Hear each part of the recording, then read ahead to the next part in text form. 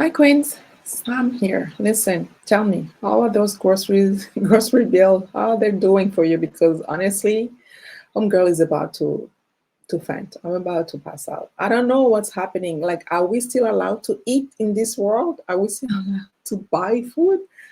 I just don't understand. At the end of the day, food is probably one of the main categories you have in your plan, budget. You call it what you want.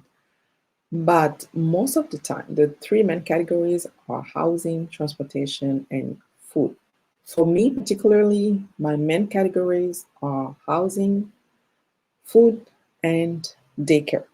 Transportation is not my main category because I don't have a loan on my car and I don't use a car that often. So, other than paying for my insurance and the gas, I don't really, and the maintenance, the occasional maintenance, that's it. So, but daycare, because I have three young kids, two about to start daycare, y'all gonna see me crying on this channel because I don't know how the math is gonna math. But anyway, I'll get to that in another video. So daycare for me, housing and food. For housing, I'm going to do a separate video as well on how to reduce your housing cost because as you know, and you may have already seen, I did share a video on how to live for free. So essentially how to live rent free. But though I'm excited about most ways that I've shared in that video, some of them that's not, it's not really the right time for me to do it. So I just keep them in mind for when the time will be right. And the other one of them, like house sitting, is definitely I know it's not for me, not today, not tomorrow, never, not for me because I'm not a pet person. So, except if there is no pet, which doesn't happen often in house sitting most of the times because you want to take care of someone's pet. So, with that being said, in today's video, I want to talk about three ways for you to reduce your grocery bill. Literally cut in half your grocery bill. And honestly, if you can do that, if you can follow those three ways, uh, your budget will thank you. And then honestly, you will just feel like you were spending less money on food because we still need to eat. We still need to eat. We still need to buy food. First of all, I'm not someone who order, let's say, Uber Eats or DoorDash often. Very, very rarely, except if someone, give me a gift card, I might indulge that time. But I do not have the luxury right now with how my finances are to be ordering out often. So it might happen once in a blue moon, maybe once or twice a month. And even with that, it doesn't just cross my mind. Like when I need to eat something, I just go with what is in the house than trying to find something on Uber Eats because I'm trying to also not to pay too much fees that are not really serving me. And that's what you get when you actually order out too much. It's like service fee and then you have to tip the person. It just, you end up paying double for the amount of the meal. And I'm like, what's the point? And sometimes the meal is not that great anyway.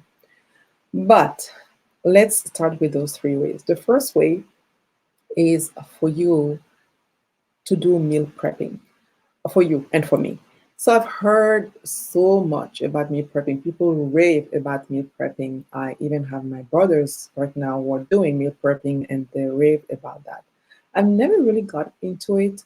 I'm the type of person who will cook, like two or three big meals, having in the fridge and be eating. But I don't know if I call it meal prepping. To be honest, I guess it's meal prepping without me knowing. But I'm not really mindful of like. So the way they do it is like they literally prepare the meal for each day. So they'll have like let's say 5 or 6 food containers in their fridge, one per day, and then a fruit with it or like a veggie with it. And I don't do that. I do it like that. I'm the type of person when I was going to work in person, I will decide the night before, what I was going to be having for lunch. Could be leftovers or something that I'll cook just for lunch the following day. But being at home with the kids, since I'm still on mat leave, I don't know, and I'm the only one with the kids. There is no other adult with me in the house. I'm like, I don't really think of that. However, I do believe that there is a value to meal prep. Just not be asking myself every day what I'm going to be eating is already a huge win in my book. And so that's what I want to do. Um, find 1 or 2 days a week where I will be like, okay, what do I cook? So then I can literally portion it also the same way and have the food for each day in my fridge. So, and I think that that really helps in cutting your grocery bill in half, because that would just resolve, like I say, any issue of you wondering what you're gonna eat and maybe finding yourself uh, getting a takeout or anything like that. The second way that you can literally slash your grocery bill in half is by reducing the number of meals that you eat every day. And so, hold on, don't jump yet. Studies have proven that we eat too much in North America. We eat too much. We're gonna go for breakfast and then morning snack and then lunch and then afternoon snack and then dinner and maybe something. For most people, we eat too many calories a day. And so if you can reduce the number of meals that you have every day to two, so literally go from three to two, that could be a huge win for you, because literally you're just eating 2 meals instead of three, times how many days in the month, right? And if you are many in the house and everybody does that, can you imagine how much savings that's going to be for your grocery bill? It's going to be huge. It's going to be huge. And so one way for me to do that, though it's very rare that I get to have the 3 meals. I'm just so busy with the kid. Usually it's two, but one thing that I do right now to make sure that I stick to two is intermittent fasting. And that has proven, first of all, not I'm not doing that just to reduce the number of meals, but also it has proven intermittent fasting has been proven a very good thing to do for your health. So even if you don't do it on a daily basis all the time, once in a while you throw in maybe let's say, a 24 hours fast, or like a 36 hours fast, or even more than that. And you can do less than that, 12 hours fast, 14 hours fast. It does help your body to reset. So what I'm doing right now is that I'm doing 18/6. So essentially, I stop eating at 4 p.m. all the way to 10 a.m. the following day. So that gives me from 10 to 4 p.m., 10 a.m. to 4 p.m. So 6 hours window where I get to eat. Listen, I'm not like I'm gonna sit for the 6 hours and eat as much as I can, right? I still have my activities to do, and I still need, to go to places at times. So most of the time I even get just one meal and maybe a snack, because I'm just so busy with the things that I'm actually doing. But I'm not starving. I don't feel like I'm lacking anything. It's not like I'm starving myself just because I want to save money. It's just that really my body doesn't need that much in terms of food and calories, and my body is actually thanking me for that. And so that's one thing that you may want to consider, especially if you are more than one in the house. And I'm not talking about doing that for kids, but like, an adult who literally you guys can actually agree on going from 3 meals to two. That can be really helpful for your health and also for your budget, right? And so the third way that you can actually reduce your grocery bill and really cut it in half is shopping your pantry before you go grocery shopping. First of all, that will help you to determine what you want to eat based on what you already have in your pantry. And second, you will know exactly what you need. We have all done that. You go, you buy the two additional pack of pasta, and then realize that you had like four of them at home, but that you just didn't look before going and buying them. Like, so many things, right? So of course we do that because we don't want to run out, right? God forbid, I need oil and I don't have oil. But it's just like, do we really need to be stuffing our pantry, like with 10 can of tuna and I don't know, you name it? No, right? So, I mean, except if you get like an amazing deal and then go for it. But like for perishable items, at the end of the day, you just want to make sure that you have enough for maybe to cook for a week or two. And I know there's been a lot of news about food shortages, and I'm not saying for you guys not to make sure that you have what you need, stock up in your house. But at the end of the day, most of us will go grocery shopping and buy things that we don't even know that we still have back home. in our pantry or like in our fridge and freezer because just we're just lazy to check. You just feel like it's finished, then it's finished. You put it on the list, you go buy it, and then you bring it.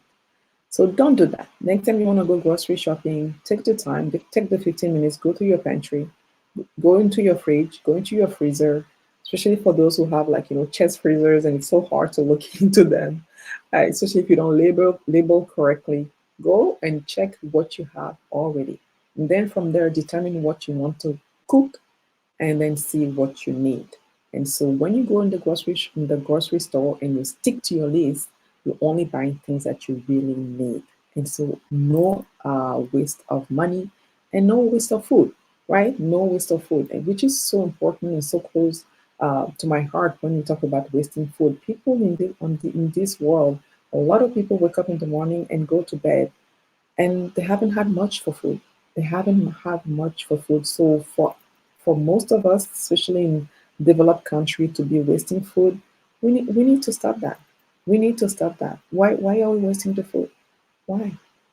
That's not acceptable. That is not acceptable. And I'm saying that from someone who also does it.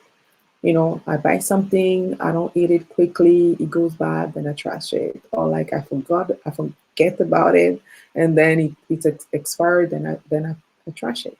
And I don't feel bad. I don't feel good doing that. I will actually feel really bad doing, trashing food. And so I want to stop that. I want to reduce that as much as possible. So there you have it. Those 3 ways for you to cut your grocery bill in half. Let me know which one that you have tried, how that really helped you curb your spending when it comes to your grocery bill. Again, we need to continue eating. We need to continue buying the food, but we can do it in a way that is not putting too much pressure on our budget. And that's how I'm going to be actually changing my behaviors to really help me in this no/low spend year that I'm actually doing. And sometimes we can go through our budget and still feel like, our money plan and still feel like there is nothing I can do here. Or look at your grocery bill, I still need all those things. You may need another, set of eyes. And that's what I do with my customers. Sometimes you just need someone else to look at that, those expenses with you and really have a conversation about that. You know, some people don't even know why they bought some stuff, right? So it's really find a way to be talking about the behaviors around your money and your expenses with someone else, which is going to be helping you in getting better at managing your money and keeping more in your pocket so you can save, so you can invest and build the wealth that you need, right? So it's a whole process. It's a whole process.